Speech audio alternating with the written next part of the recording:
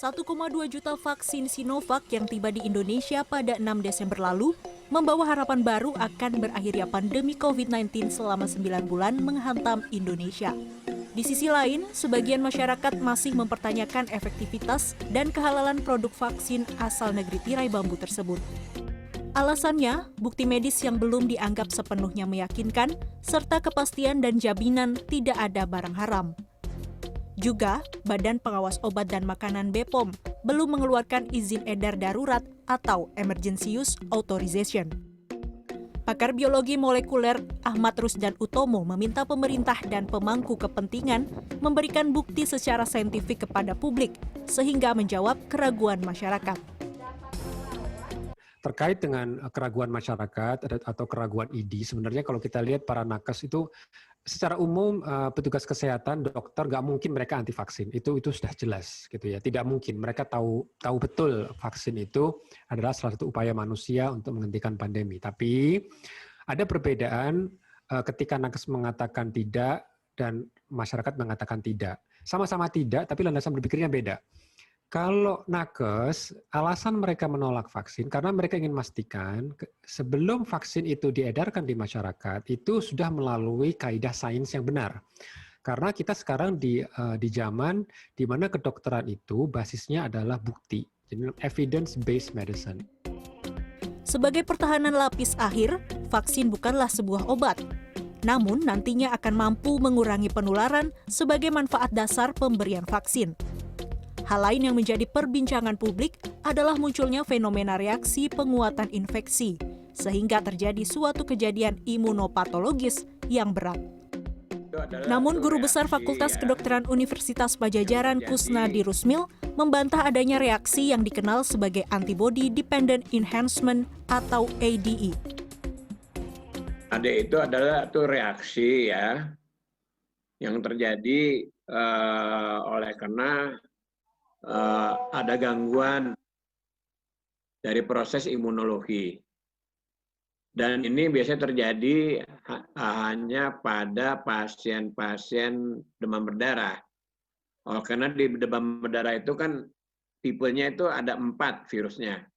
Dengue 1, dengue 2, dengue 3, dengue 4. Ya. Sehingga kalau umpamanya ada infeksi, ya ada dengue terinfeksi dengue 1 umpamanya ya, atau dengue 2. Nah, antibodi yang terbentuk itu nggak sama gitu loh ya. Berbeda kalau umpamanya nih SARS-CoV-2 ya. Karena virusnya ini memang satu, virus COVID-1. Jadi dia nggak ada bermacam-macam. Faktor keamanan dan keselamatan vaksin menjadi prioritas pemerintah Indonesia. Oleh karena itu, pemerintah dalam hal ini Satuan Tugas COVID-19 tidak terburu-buru dalam mengambil langkah vaksinasi COVID-19 sampai seluruh tahap uji vaksin benar-benar tuntas. Hal lain bertujuan untuk menjamin vaksin yang diterima seluruh masyarakat Indonesia merupakan vaksin yang tepat dan aman bagi manusia. Berdasarkan data Kementerian Kesehatan, jumlah masyarakat Indonesia yang harus divaksinasi minimal 70% dari total penduduk yang sekitar 260 juta orang. Artinya, vaksinasi harus dilakukan minimal kepada 180 juta penduduk guna bisa mendapatkan kekebalan kelompok atau herd immunity. Komite Penanganan COVID-19 dan Pemulihan Ekonomi Nasional optimistis vaksinasi yang aman dan tepat akan sangat mempengaruhi pemulihan ekonomi nasional. Kenapa kesehatan bisa jadi global economic crisis? Karena ekonomi dunia dan Indonesia itu pilar utamanya adalah kontak fisik. Sebagus apapun kita melakukan e-commerce, belum bisa menggantikan physical commerce di pasar basah atau di mall. Ini kan masalahnya karena orang merasa takut, tidak memiliki rasa aman untuk keluar melakukan kontak fisik, akhirnya ekonomi jatuh. Jadi untuk memperbaikinya apa? Rasa takut ini mesti dihilangkan, diganti dengan rasa aman, sehingga orang bisa keluar.